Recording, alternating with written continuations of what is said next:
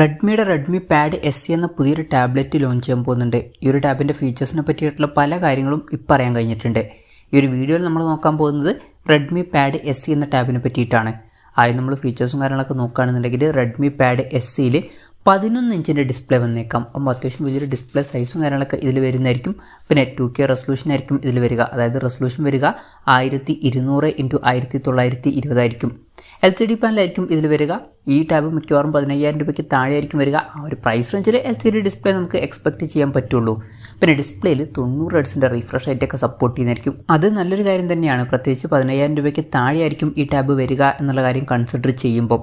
പിന്നെ ഈ ഒരു ടാബിൽ സ്നാപ്ഡ്രാഗൺ 680 എന്ന പ്രോസസ്സർ വരാനാണ് സാധ്യത. 15,000 രൂപയ്ക്ക് താഴെയാണെന്നുണ്ടെങ്കിൽ ആ ഒരു പ്രൈസ് റേഞ്ചിൽ തിരക്കേടില്ലാത്തൊരു പ്രോസസ്സറൊക്കെ തന്നെയാണ്. ടാബുകളുടെ കാര്യത്തിൽ അത് ഓക്കെയാണ്.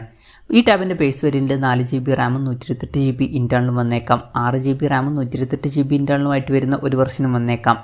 വേറെ വെർഷൻസ് വരുമോ എന്നുള്ള കാര്യങ്ങളൊന്നും പറയാൻ കഴിഞ്ഞിട്ടില്ല. LPDDR4Xൻ്റെ റാം ആയിരിക്കും ഇതിൽ വരിക. പിന്നെ ക്വാഡ് സ്റ്റീരിയോ സ്പീക്കേഴ്സും കാര്യങ്ങളൊക്കെ ഇതിൽ വരുന്നതായിരിക്കും. നല്ലൊരു കാര്യമാണ്. ഡോൾബി അറ്റ്മോസിൻ്റെ സൗണ്ട് സപ്പോർട്ട് ചെയ്യും. 3.5mm ഓഡിയോ ജാക്ക് ഈ ടാബിൽ വന്നേക്കാം. പിന്നെ ആൻഡ്രോയിഡ് 13 ബേസ് ആയിട്ടുള്ള MIUI സോഫ്റ്റ്വെയർ ആയിരിക്കും ഈ ടാബിൽ വരിക.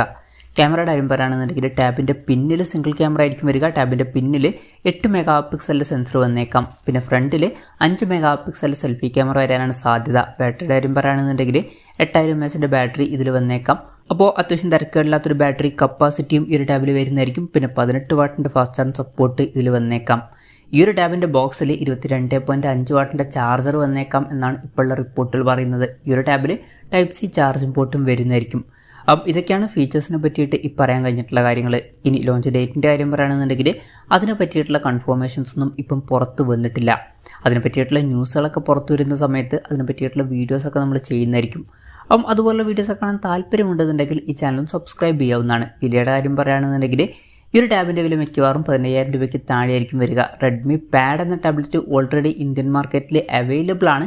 ആ ഒരു ടാബ്ലറ്റ് 15,000 രൂപ പ്രൈസ് റേഞ്ചിലാണ് ഇന്ത്യൻ മാർക്കറ്റിൽ വരുന്നത്. ഈ ഒരു ടാബ് എന്ന് പറയുന്നത് ആ ഒരു ടാബിൻ്റെ താഴെ വരുന്ന ഒരു ടാബാണ്. ആ ഒരു ടാബിൽ മീഡിയാടെക്കിൻ്റെ ഹീലിയോ G99 എന്ന പ്രോസസ്സറൊക്കെ ഉണ്ടായിരുന്നു.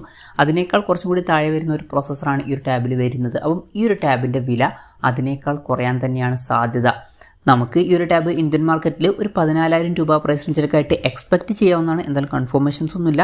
ജസ്റ്റ് നമ്മുടെ എക്സ്പെക്റ്റേഷൻ പറഞ്ഞു എന്നേ ഉള്ളൂ. എന്തായാലും റെഡ്മിയുടെ റെഡ്മി പാഡ് എസ് എന്ന പുതിയൊരു ടാബ്ലറ്റ് ലോഞ്ച് ചെയ്യാൻ പോകുന്നുണ്ട്. വേറൊരു കാര്യം എന്താ വെച്ചാൽ മുമ്പ് റെഡ്മി പാഡ് 2 എന്ന പേരിൽ ഒരു ടാബിൻ്റെ സ്പെസിഫിക്കേഷനും കാര്യങ്ങളൊക്കെ ലീക്കായിട്ടുണ്ടായിരുന്നു. അതിലും ഇതേ ഫീച്ചേഴ്സൊക്കെ തന്നെയാണ് പറഞ്ഞ് കേട്ടിട്ടുണ്ടായിരുന്നത്. അപ്പോൾ റെഡ്മി പാഡ് 2 എന്ന ടാബിൽ ഈ ഫീച്ചേഴ്സ് ആയിരിക്കില്ല വരിക. അപ്പോൾ മുമ്പ് പറഞ്ഞു കേട്ടിട്ടുള്ള റെഡ്മി പാഡ് 2 എന്ന ടാബ്ലറ്റ് റെഡ്മി പാഡ് എസ് എന്ന പേരിലായിരിക്കും ലോഞ്ച് ചെയ്യുക എന്നാണ് പുതിയ റിപ്പോർട്ടുകൾ പറയുന്നത്. എന്തായാലും റെഡ്മിയുടെ റെഡ്മി പാഡ് എസ് എന്ന പുതിയൊരു ടാബ്ലറ്റ് ലോഞ്ച് ചെയ്യാൻ പോകുന്നുണ്ട്. ഈ ഒരു ടാബിൻ്റെ ഫീച്ചേഴ്സിനെ പറ്റിയിട്ടുള്ള നിങ്ങളുടെ അഭിപ്രായം ജസ്റ്റ് ഒന്ന് കമൻറ്റ് ചെയ്യുക. അതുപോലെ തന്നെ ഈ ഒരു ടാബ്ലറ്റ് ഇന്ത്യൻ മാർക്കറ്റിൽ ലോഞ്ച് ചെയ്യുകയാണെന്നുണ്ടെങ്കിൽ നിങ്ങൾ ഏത് പ്രൈസിങ്ങിലാണ് എക്സ്പെക്ട് ചെയ്യുന്നത് എന്നുള്ള കാര്യം കൂടി ജസ്റ്റ് ഒന്ന് കമൻറ്റ് ചെയ്യുക.